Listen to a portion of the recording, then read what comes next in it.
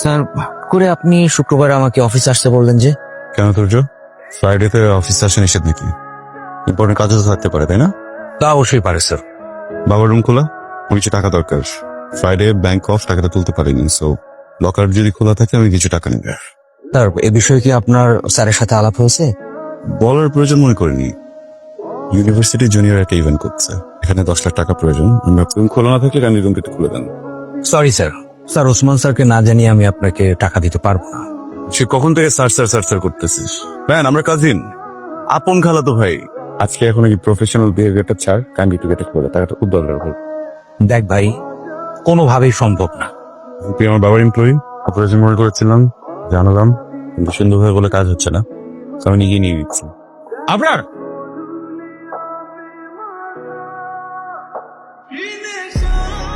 কাজটা তুই ঠিক করলি না।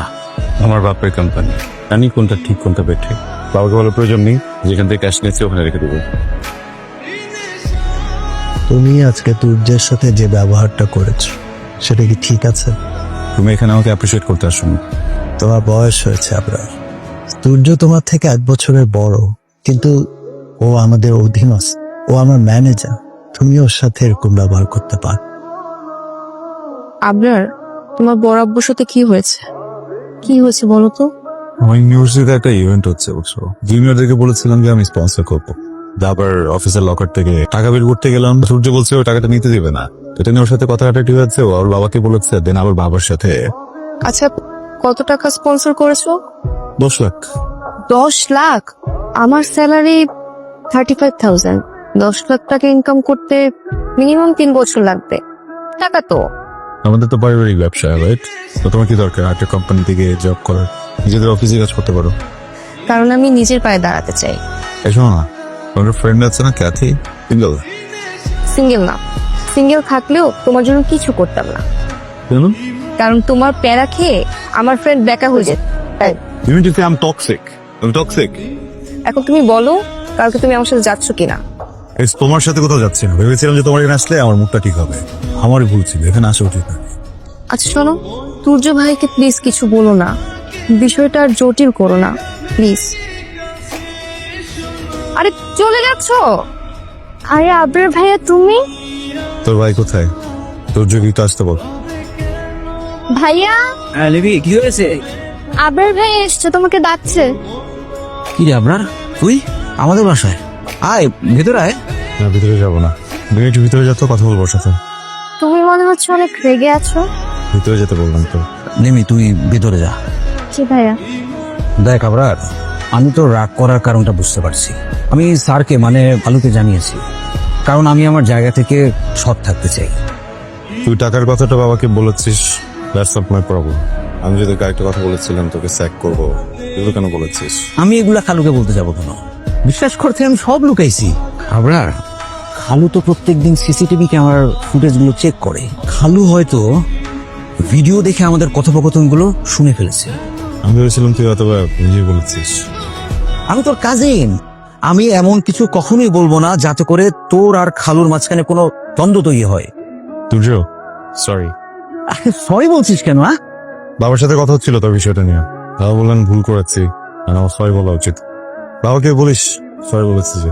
আচ্ছা ঠিক আছে, আমি খালুকে বলে দেবো। অফিস লাইফ কেমন যাচ্ছে? যাচ্ছে।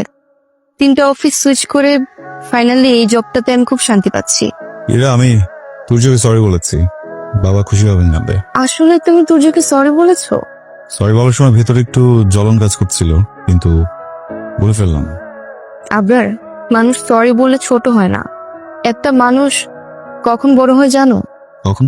যখন মানুষটা সরি বলতে শিখে। তুমি বড় হচ্ছ, বড় হওয়ার প্রথম ধাপে পা দিয়েছো।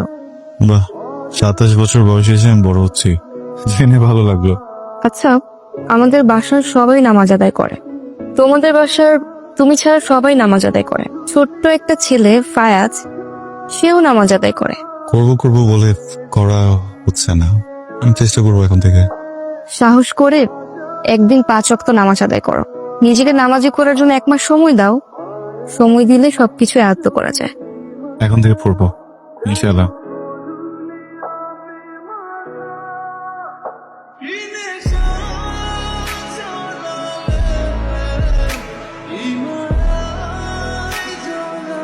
আচ্ছা, আমি তাকে দেখলাম এশার নামাজ আদায় করছে। কি বলো আমাদের আপনার? বাহ, এটা তো খুবই ভালো সংবাদ। তুমি একটু জিজ্ঞাসা করে দেখো তো ওর আবার কোনো সমস্যা হয়েছে কিনা। তুমি এসব নিয়ে চিন্তা করো না, আমি ওকে জিজ্ঞেস করব।